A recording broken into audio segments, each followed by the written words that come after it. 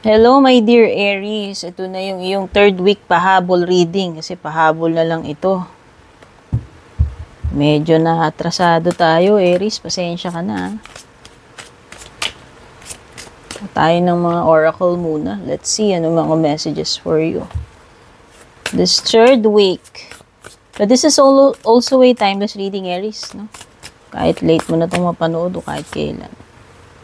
Kuha tayong isa-isa bawat oracle. Kuha tayong isa-isa ha.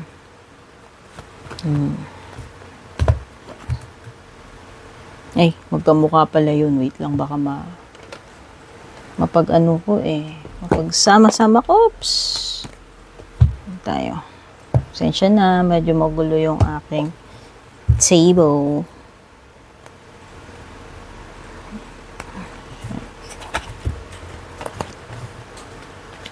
Na natin.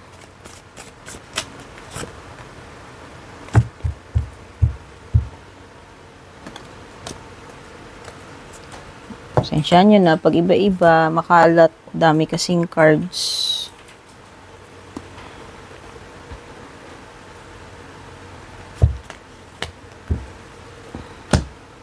Sorry naman at medyo slow akong kumilos.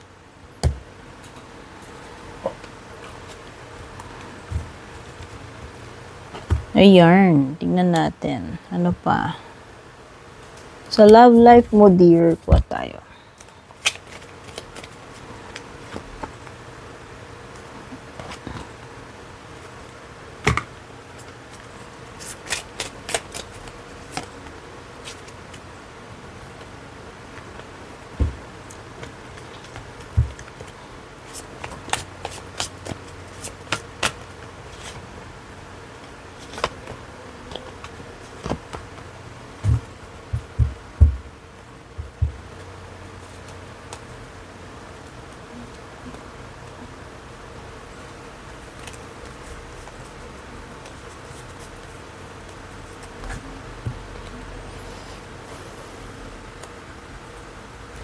All right.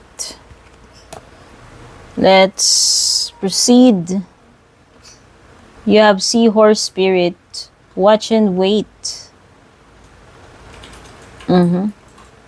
Huwag ka muna magmamadali ha this week, Aries. Basta.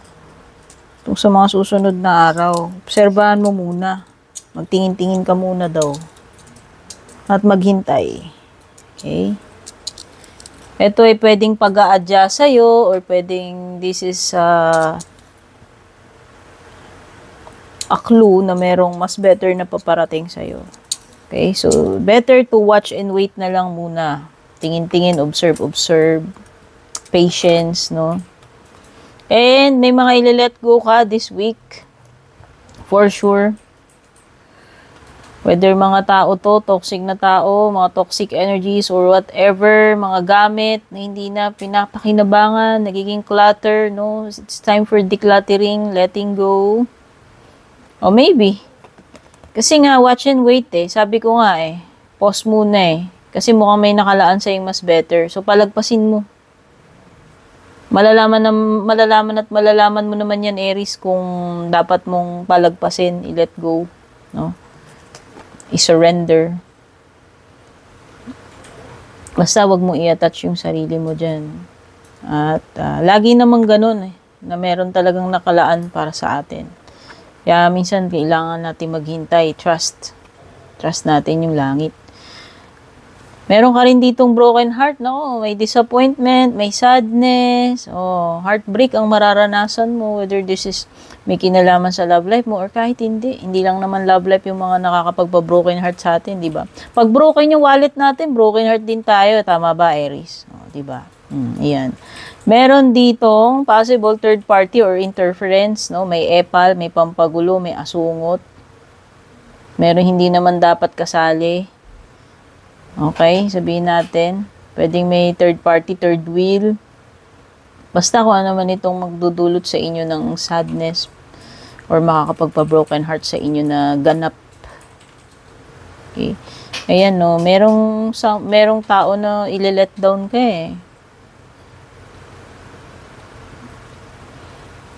Alam mo, pagka sinabing hopelessness, sabihin na natin, baka, siguro talagang hanggang doon, kaya hanggang doon na lang, kaya dapat let go mo na to. Kasi sabi nga dito, may may worth waiting na nakalaan para sa'yo na mas better. Okay? So, dito pa lang nangangamoy love life na, And by the way, may mga signs dito, pwedeng may dito, Gemini or Leo. So, love life mo, dear, you have passion. Ito na yun. Sabihin mo na, meron na talagang mga outdated or hindi na nagwo-work na mga relationship, sistema sa buhay mo, na yun yung dapat mo i-let go to give way for something new na paparating. Ayan, Take note, may bagong passion, So, bagong mas exciting tong connection na to. Kasi, ayan you like each other equally. So, ito na lang abangan mo. At mas mag-e-enjoy ka pa dito. Ayan, may passion, may insane chemistry, may having fun. Ayan na yun, na broken heart ka pero may darating, dear. Huwag ka mag-alala. Hindi man this week yan, basta may paparating, niluluto na nga. Ayan, Watch and wait ka na nga lang daw diba? So, habang, nagwo-watch and wait ka, edi mag-beauty rest ka lang para wala kang wrinkles, huwag ka nang ma-stress masyado.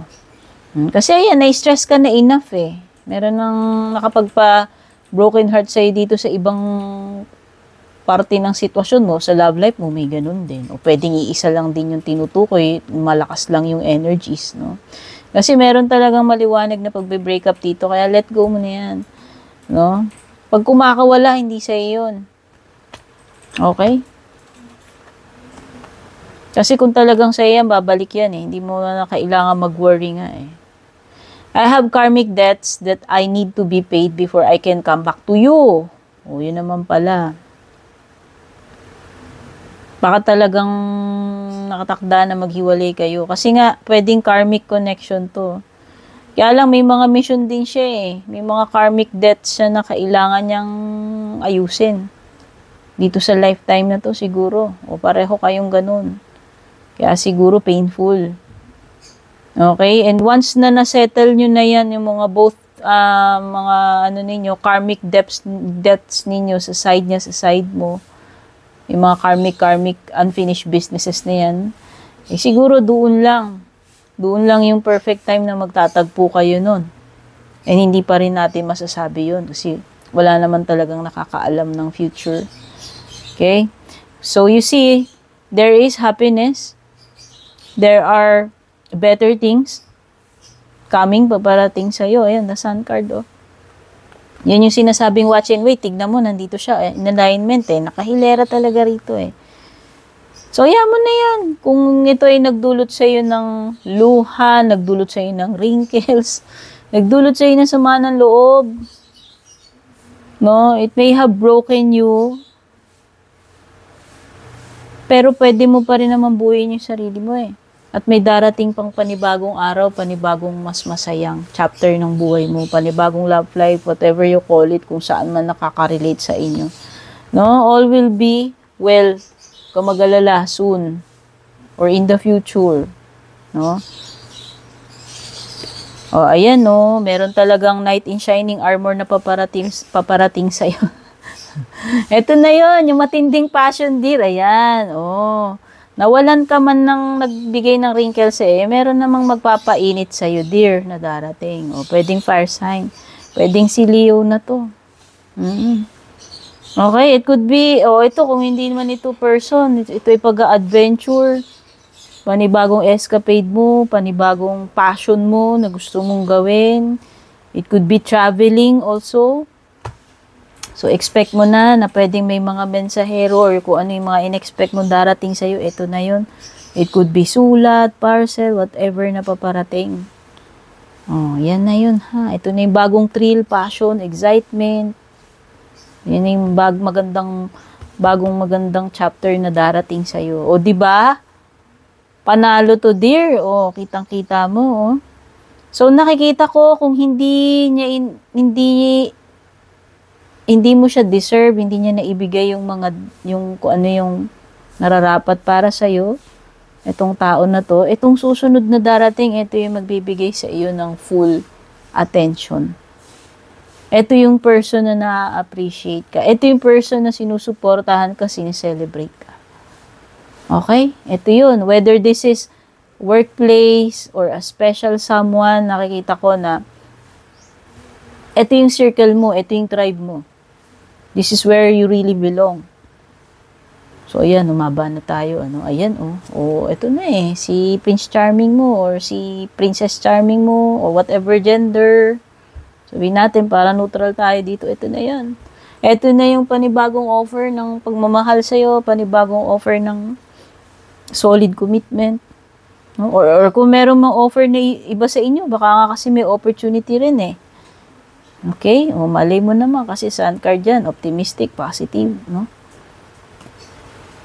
So, yan yung mga na-pick up ko dito sa iyong third week pahabol reading. Take care, sana makarelate sa iyo to. Sana mangyari yung magagandang bagay dito. Take care, babush. And kung balak nyo pong mag-book or mag-inquire ng personal readings ko, basahin nyo lamang po itong nakasulat sa screen or yung nakalagay sa description.